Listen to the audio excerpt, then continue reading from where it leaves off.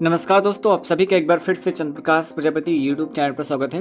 दोस्तों, आज हमारा inspire scholarship Sunday doubt session 107 and आज की इस वीडियो में हम आपको बहुत सारे अपडेट एंड आपके डाउट्स को क्लियर करने वाले हैं। तो चलिए दोस्तों, आज का वीडियो स्टार्ट करते हैं। दोस्तों, आज का वीडियो बहुत ही ज़्यादा स्पेशल होने वाला है एंड बहुत ही अच्छे से आप इसको वॉच करिएगा एंड वीडियो को बिल्कुल भी स्किप मत करिएगा। तो यहाँ पर हम बात करने जा रहे हैं कि ये जो न्यू फाइनेंशियल ईयर 2025-26 का आया हुआ है, तो इसका आपकी स्कॉलरशिप के ऊपर या फिर जो नए ट्रांजेक्शन होते हैं उसके ऊपर क्या इफेक्ट पड़ने वाले हैं। तो दोस्तों, मैं आपको बताना चाहूँगा कि हम कई सालों से इंस्पायर स्कॉलरशिप के बारे में जानते हैं, कई सालों से वीडियोस बना रहे हैं एंड हर साल की तरह इस साल भी हम प्रेडिक्ट कर सकते हैं कि ट्रांजैक्शन में थोड़ी सी रुकावट देखने को मिल सकती है। अब ऐसा मैं क्यों आपको बोल रहा हूँ, आप पूरा अच्छे से ध्यान से सुनिएगा। तो दोस्तों, मैं आपको बताना चाहूँगा कि जब भी न्यू फाइनेंशियल ईयर आता है तो सबसे पहले बजट एलोकेशन होता है, जो फंड होता है उसका अप्रूवल होता है। इंस्पायर डीएसटी मतलब बजट एलोकेट करती है, उसके बाद फंड अप्रूव होता है। एंड हर वर्ष की तरह इस वर्ष भी बजट एलोकेशन होगा, जिसमें लगभग 2 मंथ्स या इससे ज़्यादा समय लग सकता है। देखिए, ये जो मैं आपको टाइम यहाँ पे लिखा हूँ, ये जो 2 मंथ्स का, तो ये कोई मतलब ऑफिशियल टाइम नहीं है। ये this is not a official information. ये सिर्फ और सिर्फ हमारे चैनल के एक खुद का जो एक्सपीरियंस है उसके बेसिस पे आपको ये इन्फॉर्मेशन दी जा रही है। एंड इसमें ऐसा हो सकता है कि ये टाइम कम हो जाए, बहुत जल्दी अप्रूवल मिल जाए फंड का, या फिर ऐसा हो सकता है कि इससे भी ज़्यादा समय लग जाए, या फिर हो सकता है इतना ही समय लगे। तो मेरा कंक्लूजन क्या है, इस बात को आप समझिए। कहने का मतलब ये है कि जब तक इंस्पायर डीएसटी का न्यू फंड अप्रूव्ड नहीं होता है तब तक अभी कुछ दिनों तक कोई भी ट्रांजैक्शन नहीं होंगे। ऐसे केस में बहुत सारे स्टूडेंट होंगे जिन्होंने अपने डॉक्यूमेंट्स अपलोड कर दिए हैं एंड वो इंतज़ार कर रहे होंगे कि हमारी स्कॉलरशिप कब आएगी। तो आपकी स्कॉलरशिप आने में थोड़ा और समय लग सकता है, कुछ दिनों का, एंड आपको कुछ दिनों तक और वेट करना पड़ सकता है। चाहे वो स्कॉलरशिप हो, चाहे वो मेंटरशिप प्रोजेक्ट हो, कुछ भी हो, अगर इंस्पायर डीएसटी से संबंधित है तो आपको यहाँ पे रुकावट देखने को मिल सकती है। तो कुछ दिन आपको मैनेज यहाँ पे करना पड़ सकता है। तो दोस्तों, जब भी न्यू ट्रांजेक्शन होगी उसकी इन्फॉर्मेशन आपको हमारे व्हाट्सअप चैनल, टेलीग्राम चैनल या फिर यूट्यूब चैनल के माध्यम से आपको बताई जाएगी। तो यहाँ पे कुछ क्वेश्चंस देख लेते हैं। तो यहाँ पे पहला क्वेश्चन बैच 2024 का है, यानी कि जो भी स्टूडेंट 2024 में अपना 12th पास आउट किए हैं एंड अपना इंस्पायर का फॉर्म अप्लाई किए थे, उनका लगभग फर्स्ट सेम का रिजल्ट आ चुका है। काफ़ी बच्चे हैं जिनका फर्स्ट सेम का रिजल्ट आ चुका है एंड ऐसा भी हो सकता है बहुत सारे हैं जिनकी ना आए हो। तो यहाँ पे उनका क्वेश्चन है कि अब आगे क्या करना है। तो आगे मैं आपको बताना चाहूँगा, कुछ भी नहीं करना है। सबसे जो फर्स्ट प्रायोरिटी है वो है आपकी सिलेक्शन की। तो आपका सिलेक्शन कब होगा, ऑफर लेटर कब आएगा, इसकी कोई भी इन्फॉर्मेशन ऑफिशियल नहीं है। लेकिन अनऑफिशियली अगर मैं आपको बताऊं तो जून में ऑफर लेटर आने के बहुत ज़्यादा चांसेस हैं दोस्तों। जून में ऑफर लेटर आएगा, उसके बाद में आपको, अभी मैं शॉर्टकट में बता रहा हूँ कुछ चीज़ें, आप लोगों के लिए एक लॉन्ग वीडियो भी आएगी इसी चैनल पर, आपको बहुत जल्दी ही देखने को मिलेगी, 1-2 दिन में, जिसमें मैं 2024 को और अच्छे से कवर अप करूँगा। तो अभी मैं शॉर्टकट में बता देता हूँ कि ऑफर लेटर आने के बाद में सबसे पहला स्टेप आपको अपने एसबीआई का regular saving bank account upload करना है और उसके बाद में फर्स्ट ईयर का रिजल्ट अपलोड करना होता है। तो इस हिसाब से देखा जाए तो जिनका भी फर्स्ट सेम का रिजल्ट आ गया है उनको सिर्फ मन लगा के सेकंड सेम की अच्छे से तैयारी करनी है, क्योंकि आपको ये पता होना चाहिए कि 7 सीजीपीए लाना है आपको ओवरऑल। नेक्स्ट क्वेश्चन देख लेते हैं। भैया, मेरे बीएससी में फिजिक्स, देखिए किसी भी सब्जेक्ट में अगर आपके बैक अपसेंट कुछ भी लग जाता है तो फिर वो ये मैटर नहीं करता कि आपके सीजीपी कितने हैं। ये कुछ भी कंडीशन, एक भी कंडीशन अगर अप्लाई हो गई तो फिर उस केस में आपकी स्कॉलरशिप 60,000 कट जाएगी। तो अगर आप फर्स्ट ईयर का रिजल्ट अपलोड करोगे तो जो 12th के बेसिस में फर्स्ट ईयर की 60K है वो तो मिल जाएगी, लेकिन जो फर्स्ट ईयर के आधार पर सेकंड ईयर की 60,000 मिलने वाली थी वो कट जाएगी। बाकी ओवरऑल आपकी स्कॉलरशिप कंटिन्यू रहेगी। सेकंड ईयर पे अच्छा परफॉर्मेंस रहेगा, सब कुछ रहेगा, तो सेकंड ईयर के आधार पर आपको फाइनल ईयर की 60,000 मिलेगी। अगला क्वेश्चन देख लेते हैं। भैया, मैंने 2023 में इंस्पायर के लिए अप्लाई की थी, लेकिन जब मैं अपने कॉलेज में फर्स्ट सेम और सेकंड सेम में साइन करवाने गई तो सर ने कहा अब मेरे कॉलेज में बीएससी का कोई स्कॉलरशिप साइन नहीं कर सकते, क्योंकि मेरे कॉलेज में 2024 से सिर्फ आर्ट्स वालों का ही एडमिशन होगा। तो अब मैं क्या करूं? देखिए, आपका जो क्वेश्चन है मैं इस को बहुत गहराई से रीड किया हूँ और मैं आपको बताना चाहूँगा कि आप उनसे ये बात में तर्क करो कि सर मैं अब थोड़ी ना एडमिशन ले रही हूँ कि अब आप मेरे स्कॉलरशिप में साइन नहीं करोगे। ये तो स्कॉलरशिप फॉर कंटिन्यूएशन के लिए है, जो आपकी परफॉर्मेंस रिपोर्ट है, एंड आप उनको किसी तरीके से कन्विंस करो। एंड ज़रूरी नहीं कि एक ही टीचर्स को आप कन्विंस कर पाओ, अगर कोई और है उनकी जगह में आप किसी से भी सिग्नेचर स्टाम्प करा सकते हैं। कॉलेज में principal, director, registrar, vice principal, किसी से भी करा लो, बस एक मुहर लगवानी है, सिग्नेचर करवाना होता है। और फिर भी अगर कॉलेज वाले नहीं कर रहे हैं तो एक बार आप यूनिवर्सिटी का रास्ता देख सकते हैं। यूनिवर्सिटी आप एक बार विजिट करके वहाँ से करवा सकते हैं। एंड एक चीज़ और भी कर सकते हैं कि आप इसके रिगार्डिंग इंस्पायर डीएसटी में हेल्पलाइन नंबर में कॉल करके उनसे बात भी करवा सकते हैं। फिर भी अगर आपके पास में अगर ऐसी समस्या बनी रहती तो एक बार इंस्पायर डीएसटी में ज़रूर आप कॉन्टैक्ट करिएगा। नेक्स्ट क्वेश्चन देख लेते हैं भैया। मेरा फर्स्ट सेमेस्टर का रिजल्ट आया है पर उसमें मेरी 6.52 CGPA है, 60% से कम। अगर अगले सेमेस्टर में 60% से ज़्यादा बनी तो यह ईयर वाइज काउंट होती है या फिर फूड एंड न्यूट्रिशन का नंबर लग। देखिए मैं आपको विवेक जी बताना चाहूँगा कि यहाँ पे दो चीज़ें मैटर करती हैं। देखिए इस टाइम पे जो यूनिवर्सिटीज़ हैं वो ज़्यादातर जो अपना रिजल्ट दे रही हैं वो ग्रेड में दे रहे हैं, लेकिन कुछ गिनी चुनी हैं जो रिजल्ट को परसेंटेज में भी दे देती हैं, जो कि आपके लिए बहुत अच्छी बात है। क्योंकि आपको बता दूं परसेंटेज के हिसाब से देखा जाए जो लगभग 68 या 70% बनते हैं तब जाके 7 CGP होता है। तो यहाँ पे आपको अगर आपके जो यूनिवर्सिटी है या कॉलेज जो भी है वहाँ पर अगर आपके रिजल्ट कार्ड में ये मेंशन है कि आपको इस सब्जेक्ट का इतने का पूर्णांक था और इतने नंबर मार्क्स मिले हैं, ऐसी कुछ इन्फॉर्मेशन रहती है, तो आप सारे नंबर को कैलकुलेट कर सकते हो एंड अपना जो परसेंटेज निकाल सकते हो। एंड उस हिसाब से देखा जाए तो अगर 60% बनते हैं तो बहुत ही अच्छी बात है, वही आपका काउंट किया जाएगा। लेकिन अगर आपके रिजल्ट में ये इन्फॉर्मेशन ही नहीं, सिर्फ क्रेडिट दिए हैं, पॉइंट्स दिए हैं, तो उस केस में आपको 7 CGPA ही कंसीडर करना पड़ेगा। और 7 CGPA के हिसाब से देखा जाए तो 6.5 बहुत कम है, तो आपको जो सेकंड सेम है उसमें बहुत ज़्यादा मेहनत करनी पड़ेगी, तब जाके आपका ओवरऑल 7 CGPA आ पाएगा। तो आप अच्छे से मेहनत करिए। अगला क्वेश्चन देख लेते हैं। सर मेरा 12th का रिजल्ट 2024 में आया था और इंस्पायर स्कॉलरशिप अक्टूबर में भरा था। अब BSc फर्स्ट सेम का रिजल्ट अपलोड करना होगा और स्कॉलरशिप कब तक आएगी? सर मेरा स्टेटस भी नहीं सो रहा है। देखिए कृतिका जी, मुझे लगता है कि ये जो क्वेश्चन है इसको हम ऑलरेडी ले चुके हैं एंड इसका आंसर दे चुके हैं जो हमारा फर्स्ट आज का डाउट था। अगला क्वेश्चन देख लेते हैं। सर मैं यूपी स्कॉलरशिप भर दिया था और उसका, देखिए ये जो क्वेश्चन आजकल आ रहे हैं मैं इनसे काफ़ी ज़्यादा परेशान हो चुका हूँ, क्योंकि जब भी इंस्पायर के फॉर्म भरे जाते हैं मैं पहले ही बोल देता हूँ कि आपको दूसरी स्कॉलरशिप की ओर नहीं देखना है। क्योंकि बच्चे करते क्या है, एक दूसरे का देखा देख दो दो स्कॉलरशिप, तीन तीन स्कॉलरशिप का फॉर्म भर देते हैं। मेरे पास में इतनी कॉल्स आती हैं इस पर्पज़ के लिए स्कॉलरशिप का कि मैं उनको एक सही सटीक आंसर नहीं दे पाता हूँ। क्योंकि अगर मैं ऑफिशियली बात करूँ दोस्तों तो यहाँ पर इंस्पायर स्कॉलरशिप अगर आप ले रहे हैं तो सिर्फ आपको एक ही स्कॉलरशिप लेनी चाहिए, आपको दो दो स्कॉलरशिप को लेने की कोई ज़रूरत नहीं है। लेकिन अगर मैं अनऑफिशियली बताऊं तो बहुत सारे बच्चे हैं जो दो क्या तीन तीन स्कॉलरशिप ले लिए हैं, यूपी भी स्कॉलरशिप ले लिया, NSP भी लिया, तीनों मिल गई उनको।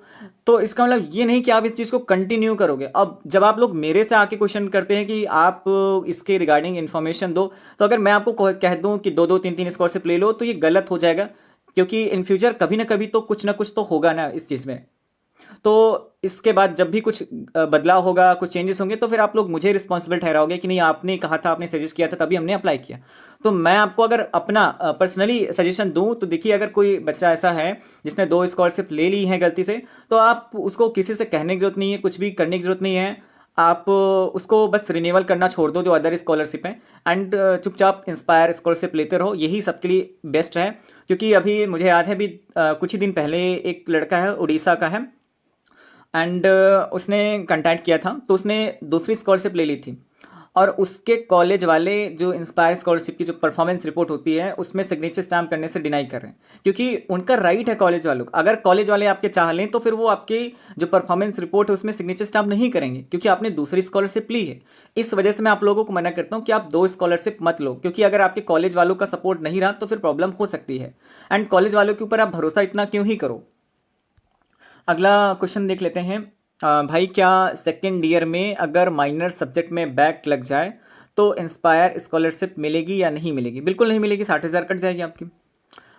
अगला क्वेश्चन देख लेते हैं। सर क्लास 12th के बेसिस पे जो कट ऑफ आई थी, ये बहुत ही अच्छा क्वेश्चन है। सर क्लास 12th के बेसिस पे जो कट ऑफ आई थी यूपी बोर्ड 2024 की, जिसके बेसिस पे हमें एलिजिबिलिटी नोट मिला था, तो क्या फाइनल कट ऑफ जो जाती है वो फर्स्ट कट ऑफ से ज़्यादा इंक्रीज होती है क्या? और जिसका फर्स्ट कट ऑफ में एलिजिबिलिटी नोट आया है और फाइनल में अगर परसेंटेज की कट ऑफ हाई हो जाए और उस कट ऑफ में ना आ पाए, तब क्या हमें इंस्पायर से मिलेगी? सर अब देखिए, इनका नाम है अनन्या श्रीवास्तव। अब देखिए यहाँ पे सिर्फ यूपी बोर्ड का ही नहीं, यहाँ पे हम हर एक बोर्ड का कंपेयर कर सकते हैं, मतलब हर एक बोर्ड के बारे में आपको बता सकते हैं। आपको मैं एक यूपी बोर्ड का एक जस्ट एग्जांपल दे रहा हूँ। जैसे कि हम मान लेते हैं कि यूपी बोर्ड की जो फर्स्ट कट ऑफ है वो 436 नंबर गई है, तो यहाँ पे फाइनल कट ऑफ कितनी जा सकती है ये तो मुझे नहीं पता है, और ना ही मैं इसके बारे में जानबूझ करके डिस्कशन करूंगा, क्योंकि मेरे प्रोडिक्शन से, मेरे इस अनुभव शेयर करने से हो सकता है कि किसी बच्चे को तकलीफ हो जाए, वो बच्चा टेंशन में आ जाए, क्योंकि अभी बहुत समय है जून तक। तो इस वजह से मैं ये तो नहीं कहूँगा कि नहीं इतने नंबर जाएगी, लेकिन ऐसा हो सकता है कि कुछ नंबर बढ़ जाए। तो अगर मान लेते हैं, जस्ट मैं आपको एग्जांपल दे रहा हूँ, मैं आपको कुछ बता नहीं रहा हूँ, ऐसे मत समझ लेना कि मतलब इतनी ही जाएगी। मान लेते हैं कि 436 से फाइनल कट ऑफ 440 नंबर चली गई। तो अब मान लेते हैं अगर 436 से 440 नंबर चली गई, तो जिन बच्चों के 440 नंबर से नीचे हैं, 439, 438, 437, 436, तो उनका तो फिर रिजेक्शन हो जाएगा। और जिन बच्चों के नंबर 440 या 440 के ऊपर है, उन बच्चों का सिलेक्शन हो जाएगा। तो यहाँ पे ये थोड़ी सी प्रॉब्लम रहती है, और इसके पीछे का एक रीज़न रहता है। और रीज़न क्या रहता है, बड़ा रीज़न है, मैं इस वीडियो में उसको डिफाइन नहीं कर सकता हूँ। एंड इसको जो पिछले साल की जो कट ऑफ आई थी 2023 बैच के शायद है, उस कट ऑफ की वीडियो में मैंने उसको बहुत अच्छे से डिस्क्राइब किया हुआ है, तो आप उसको देख सकते हैं कि आखिर कट ऑफ बढ़ती क्यों है, आखिर कट ऑफ रीपोजिशनिंग होती क्यों है। आप इस बात को अच्छे से समझ पाएंगे। तो अगर आपको उस वीडियो को देखना है तो उस वीडियो का लिंक मैं इसी वीडियो के डिस्क्रिप्शन में डाल दूंगा, तो आप समझ पाएंगे। आपको स्टार्टिंग में तो मैंने ये बताया कि किस बोर्ड की कितनी कट ऑफ गई है, कितनी बढ़ गई, रीपोजिशनिंग हुई है। उसके बाद की मैंने इन्फॉर्मेशन दी है, जो मैं डिस्क्रिप्शन में वीडियो डालने वाला हूँ, उसी वीडियो में आप देखेंगे कि कट ऑफ आखिर बढ़ क्यों जाती है। तो आप लोग सभी लोग उसको देख लीजिएगा। एंड दोस्तों, मैं आपको बताना चाहूँगा कि हर साल बहुत सारे बच्चे हमारे साथ में जुड़े रहते हैं, स्टार्टिंग से लेकर एंड तक।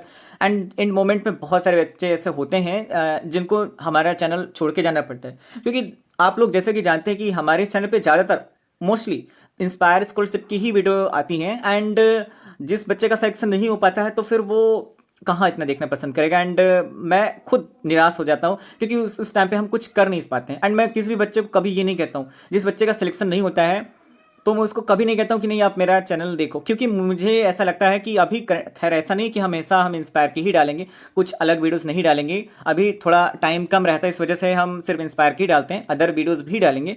लेकिन मुझे ऐसा लगता है कि अगर वो बच्चा जब ये देखेगा कि इस बैच की स्कॉलरशिप आ गई, इस बैच की स्कॉलरशिप आ गई, तो उसको हमेशा याद आएगा कि नहीं मेरा इंस्पायर में सिलेक्शन नहीं हुआ था। तो जब जब वीडियो को देखेगा मेरी, तो वो थोड़ा सा हर्ट होगा। तो मैं चाहता हूँ कि ठीक है वो मेरी वीडियो ना देखे, मतलब मुझे दुख होता है कि एक सब्सक्राइबर पाना कितनी बड़ी बात है, लेकिन उस टाइम पे मुझे लगता है कि किसी बच्चे के लिए किसी को दर्द ना हो, तो फिर उसको अनसब्सक्राइब ही कर देना चाहिए, या फिर अगर अनसब्सक्राइब ना करे तो फिर उसको मेरी वीडियो को ना देखना चाहिए। नेक्स्ट क्वेश्चन देख लेते हैं।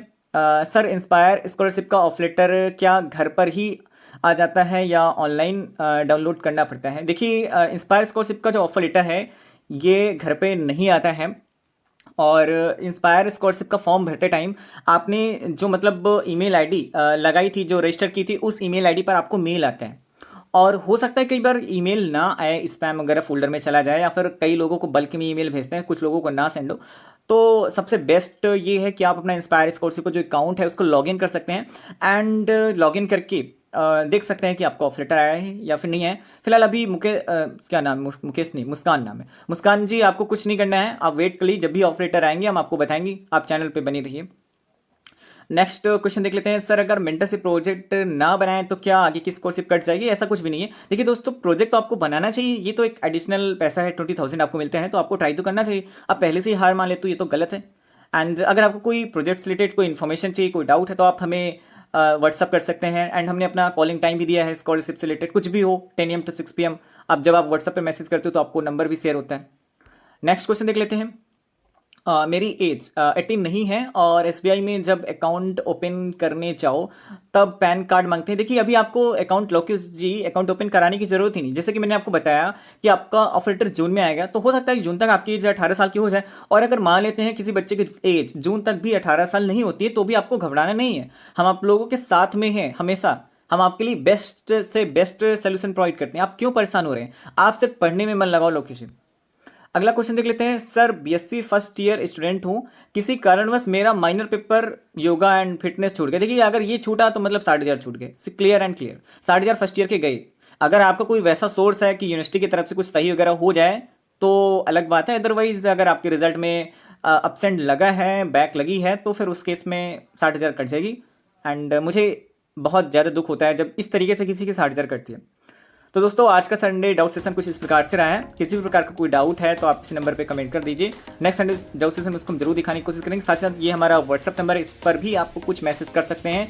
इस पर आपको ना ऑटो रिप्लाई कुछ मिलता है, अगर आप ऑटो रिप्लाई से संतुष्ट नहीं होते हैं तो एक नंबर और जाता है जिसमें लास्ट में 70 रहता है, तो आप उस पर हमको मैसेज कर सकते हैं। अगर आपको लगता है मैसेज से मेरा डाउट नहीं सॉल्व हो रहा है तो आप हमें कॉल भी कर सकते हैं 10 AM to 6 PM, लेकिन कॉल का रिस्पॉन्स तुरंत नहीं मिलेगा, बार बार आपको कॉल करने की नीड नहीं रहती है। हम कॉल बैक करने की कोशिश करते हैं लेकिन काफ़ी ज़्यादा स्टूडेंट्स कॉल करते हैं तो फिर कॉल बैक कभी कभी कुछ बच्चों को नहीं हो पाती।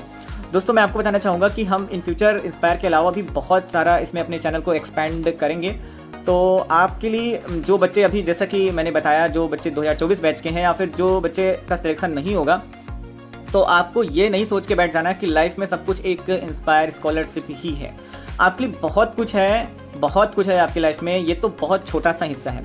तो दोस्तों मिलते हैं नेक्स्ट वीडियो में। अगर वीडियो अच्छा लगा हो वीडियो को लाइक करें, शेयर करें, एंड चैनल पर न्यू है तो चैनल को कर दीजिए सब्सक्राइब। Thank you.